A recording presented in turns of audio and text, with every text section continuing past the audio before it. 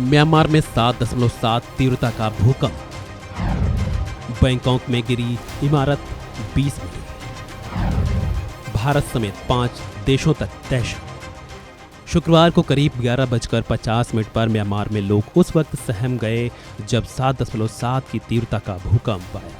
भूकंप के झटके भारत, चीन, थाईलैंड समेत 5 देशों तक महसूस किए गए।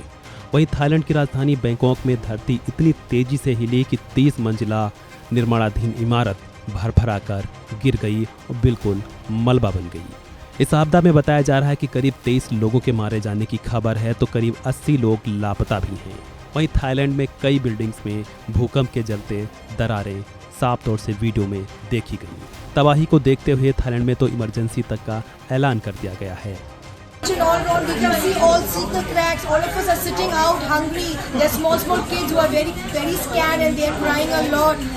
The situation is very bad. The Prime Minister has announced for an emergency and we all are praying hard. Please everyone pray hard for Bangkok, Thailand. Bharat ने भी थाईलैंड में भारतीयों के लिए इमरजेंसी नंबर +66 61 88 19 218 जारी किया है। भारतीय दूतावास की ओर से कहा गया है कि भारतीय विशेष परिस्थिति में इस नंबर पर संपर्क कर सकते हैं। वहीं देखिए भूकंप को लेकर national centre for seismology director OP Mishra ने क्या कुछ बताया है। ये पूरा ही बहुत ही ज़्यादा पैमाने पर यहाँ अर्थक्वेक मैग्नीट्यूड 7 के होने वाले क्षेत्र में ही ये पड़ा है। पहले इनिशियली हम लोग ने मैग्नीट्यूड 7.2 मापा था इसका, लेकिन इसका रिवाइज करके 7.5 आया। जितना ज़्यादा होता है उसका एनर्जी कंटेंट उल्टी होती है और उसका डैमेज भी उतना ही ज़्यादा होता है, बशर्ते कि इसका फोकल डेप्थ जो है सैलो हो, ज़्यादा डीपर ना हो। और इसका भी डेप्थ जो है सैलो ही रेंज में रहा है, करीब जो 20 से 30 किलोमीटर के रेंज में रहा है।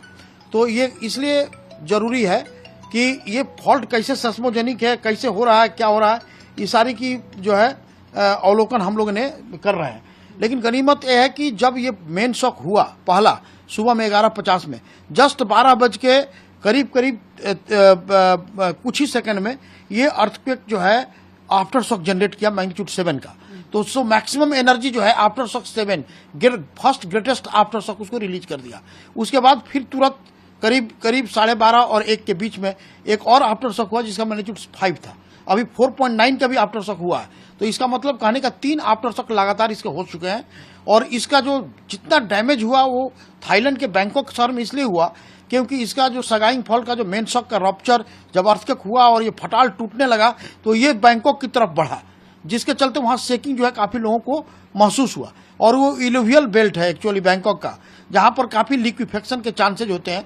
जो बिल्डिंग के हाई राइज बिल्डिंग है उसके नीचे का जो पानी का सराव है वहाँ पर, और लिक्विफेक्शन के चलते बिल्डिंग जो है काफ़ी स्ट्रक्चर जो बना है वो अर्थक्वेक फ्रीक्वेंसी को सहन नहीं कर पाया, इसलिए ये डैमेज वहाँ पर हुआ है।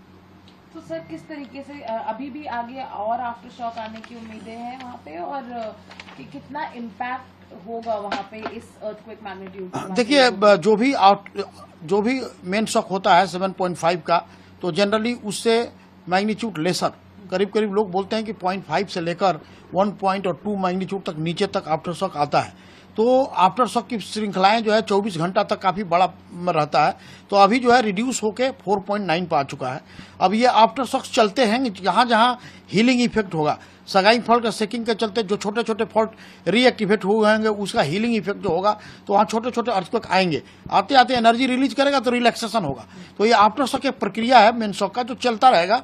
और ये आई थिंक 24 घंटे के अंदर में पता लग गया कितना आफ्टर शॉक आया और किस रेंज पर आकर रुका है। अभी तक आज 1:10 तक 1:15 तक हमें 4.9 मैग्नीट्यूड का आफ्टर शॉक का रिकॉर्ड किया गया है, जो कि पहला आफ्टर शॉक 7 था। तो 7 और 4.9 करीब 2 पॉइंट मैग्नीट्यूड का लेसर है। तो एनर्जी काफी रैपिड तरीका से रिलीज हो रहा है।